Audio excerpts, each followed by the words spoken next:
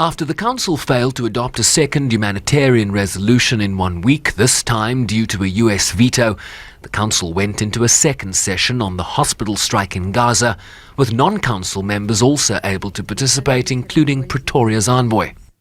Israel is committing war crimes and needs to be held responsible for its actions by the International Criminal Court and the international community as a whole.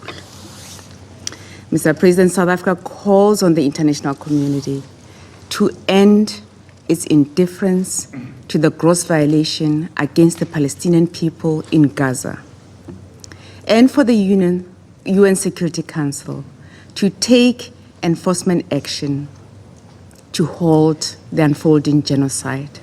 And we regret that the Security Council once again was not able to adopt a basic resolution on the humanitarian resolution in Palestine.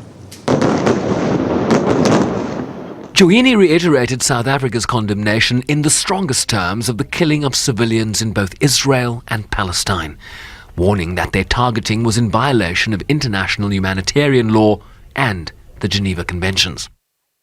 South Africa calls for an immediate ceasefire and the immediate opening of a humanitarian corridor to allow in medicine, food, and supplies. South Africa calls on Israel to cease its genocidal campaign against the Palestinians. We call on the prosecutor of the International Criminal Court, Karim Ahmad Khan, to immediately signal his intent to investigate the Al-Akhli bombing and other war crimes and the crime of genocide in this conflict, and to include in his investigation the liability of those aiding and abetting these crimes. Israel rejected claims that it was responsible for the attack, receiving backing from the United States that said it continued to collect evidence, but that its current assessment was that Israel was not responsible for the hospital strike. The Al-Akhli hospital was hit by, and only by, a Palestinian Islamic Jihad rocket. What happened yesterday, including the tragic loss of life of civilians, was the sole fault of Hamas. Israel has lots of footage and even an audio recording from Palestinian Islamic Jihad terrorists to prove this beyond a fraction of a doubt.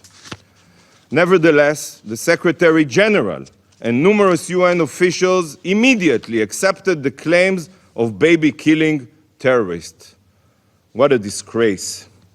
And today, some of you repeated these lies. Stop the bloodshed, stop it now. But that view was rejected by the Arab group at the UN that accused Israel's defense force of a heinous massacre against innocent civilians at the hospital, a view echoed by the Palestinian envoy. In the next few hours, more Palestinians will be killed. Tensions in the region will rise to new dangerous levels. Anger and resentment will explode. Each one of us will be asked what we did when all of this was happening. All will be asked what they did to prevent what will happen next. The Council's failure to shoulder its responsibilities after 10 days of Israeli massacres against the Palestinian people, and after the killing of hundreds of people gathered in a hospital to find shelter and care, will mark public opinions in our region and the world for a very long time. As the US blocked the Council humanitarian resolution on Gaza, President Biden announced in Israel he had reached an agreement with Israel's war cabinet to allow humanitarian aid into Gaza via Egypt as soon as possible. Sherman Brycebees, SABC News, New York.